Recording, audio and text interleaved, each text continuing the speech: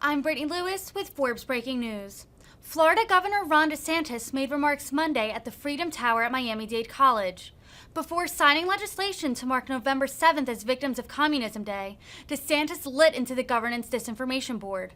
The potential 2024 presidential candidate also praised Elon Musk's attempted purchase of Twitter as a way to combat attempts to, quote, stifle dissent.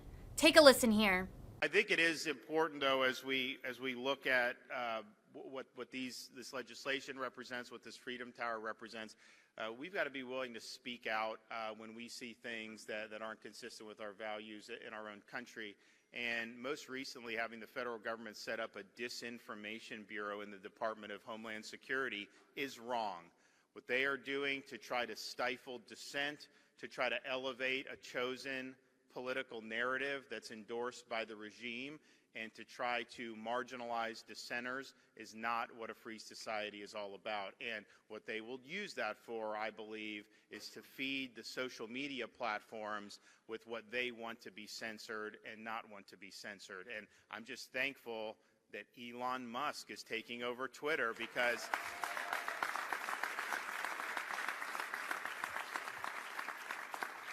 he's gonna open it up. And when he first did the offer, the board tried to fend it off because I think it was a great offer financially. And then, of course, if you look, his track record with companies is probably second to none. So he's going to improve the company for sure.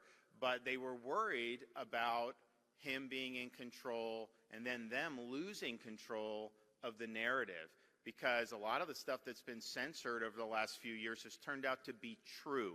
When you look at a lot of the stuff, I mean, there were guys that they were hammering me because I said kids needed to be in school in 2020, and they had all these people saying all this stuff. Now, no one will even admit that they wanted the kids, like, even though many people did, including in Florida, who were fighting for politics reasons. So you see all these different things, and that, I think, is really what some of these social media platforms have become is, they want to enforce one viewpoint and one narrative, and then if you speak out against that, maybe you'll be suspended, maybe you'll be totally deplatformed, maybe your post will be censored. And they even do it for satire sites like the Babylon Bee. And that's one of the reasons why I think Musk was interested in doing the Twitter. So the opposition to what he was trying to do was not rooted in business judgment. It wasn't an economic objection.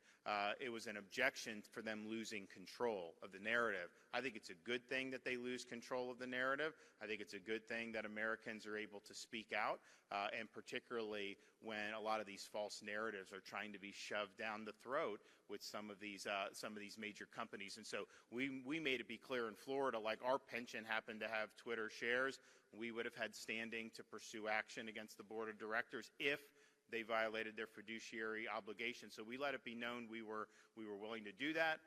The Board of Administration sent all the board of directors for Twitter a letter, and I think that they realized it wasn't just Florida. A lot of people were watching this, and so being able to accept it and go forward was the right business judgment to make. I think our pension fund's going to make like $15 million out of that transaction, which is positive for our pensioners.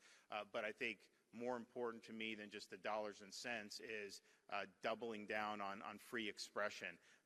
There's no orthodoxy that the government can impose on us. We're able to speak our mind, and that Disinformation Bureau needs to go the way of the buffalo. We need to eliminate that. That is a big danger to free expression in this country. Okay.